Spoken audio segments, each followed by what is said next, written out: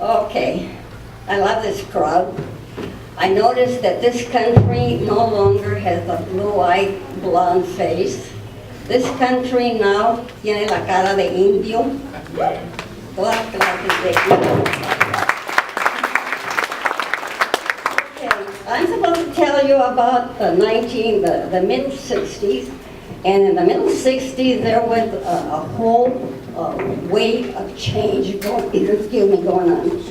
And it was not so much a wave of change, it was more a tsunami of change.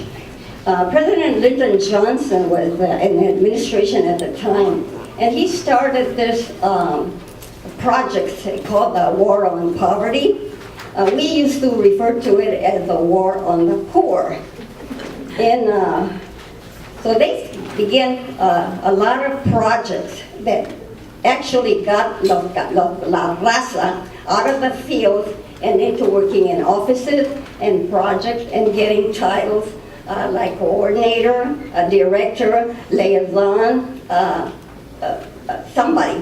But you had a title. And then and besides that, you got paid better money. And so a lot of people stopped working in the field and started working on these poverty projects. One of the first, I happened to be the godmother. You've heard of the Godfather? I am the godmother, except that I don't put dead horses in your bed.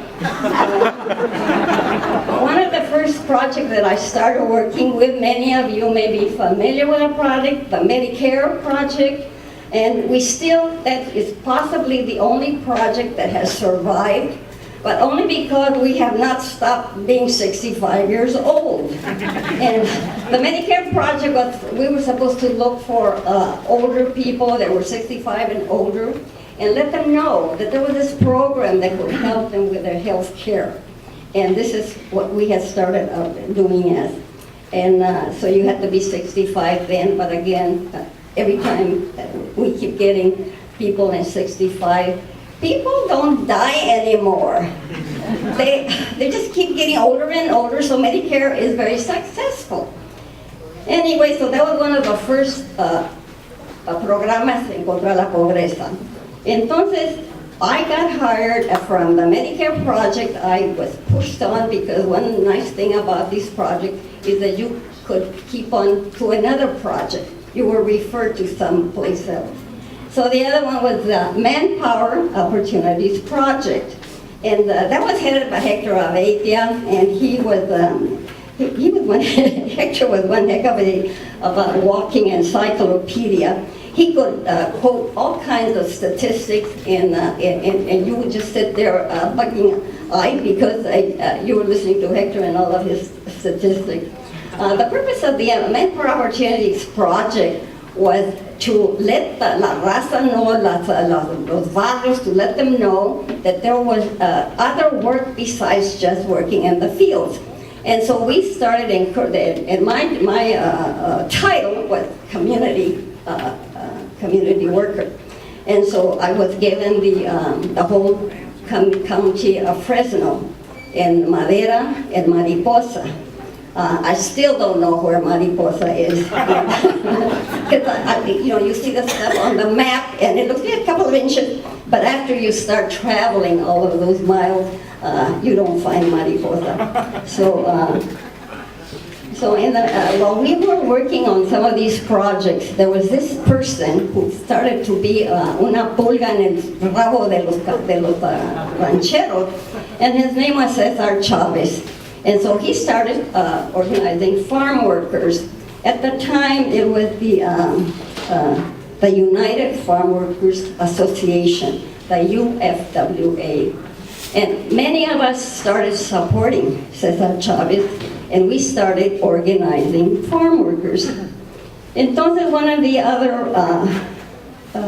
organizations was the Central California Action Association. This was headed by Armando Rodriguez. If you will remember his honor, Armando Rodriguez used to be my boss. And the purpose of the CCAA was, again, another offshoot from MOP. The thing about some of these poverty programs, they only lasted 1 year. because they were only funded for 1 year. After the funds were over, you're out of a job. Either that, if you were good enough as a community worker or whatever, you got referred to the other project. And so this is why I ended up at CCAA.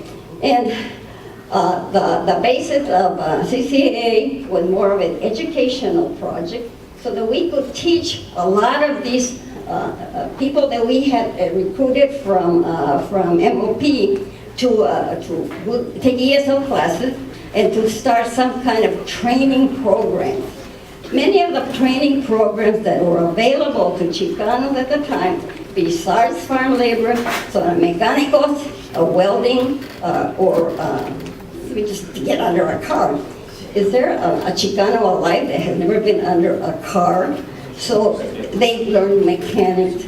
So this is what we did, education and trying to get people to learn how to file an application, to learn how to file their income taxes, to learn how to do a form, how to fill out an application form in English, okay? So, because many of them didn't even know that much. So we were, little by little, we were pushing them into the English language. And we were also supporting farm workers. We were also organizing farm workers. At that time, the name had changed to Agricultural Workers Organizing Committee. And, but again, everybody that was learning English and filling out applications were organizing farm workers. From CCAA, after that program was, it wasn't defunded, but I went on to what was GSEP, the Greater California Education Project. And this was by Ruben Pardo, he was the director. He, again, the purpose of the program was to really expand on CCAA and try to help small farmers to come up with, to be self-sufficient instead of just working in the fields, maybe get their own little farm. And I was given the title of director of a nutrition program. And I was given, listen to this, I was given $75,000 to stop the hunger in California.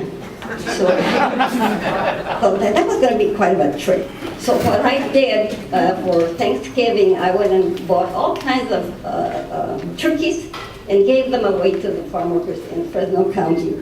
The other county nearly killed me because they didn't get any turkey. What can you do with $75,000, for gosh sakes? Anyway, so that was it. And in between the lines, we were organizing farm workers. By that time, the name of the union was United Farm Workers. And so we continued all of that. One of the other programs after GSEP was CHEPA. CHEPA was the Greater California Education Project.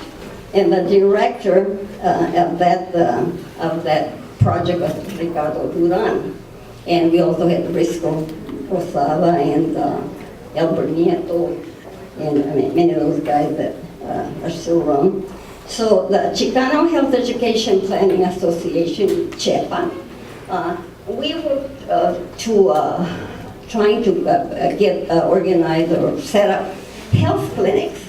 So we were in 5 Points, in Parlier, in Orange Cove, and a lot of these clinics that you see were as a product of CHEPA. And so that's why they are there. And that's why farm workers have health clinics. And we were organizing farm workers.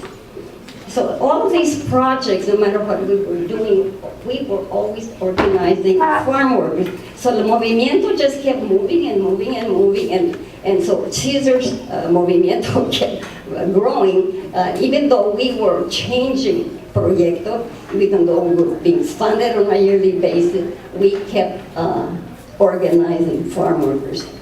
And there were also other groups that started growing in those years, and that was the women's group, and the League of Mexican American Women, and Women's Political Caucus. So it wasn't just those that were funded. So everybody was getting a piece of the pie, so to speak, and but this is why I say there was so much change at the time.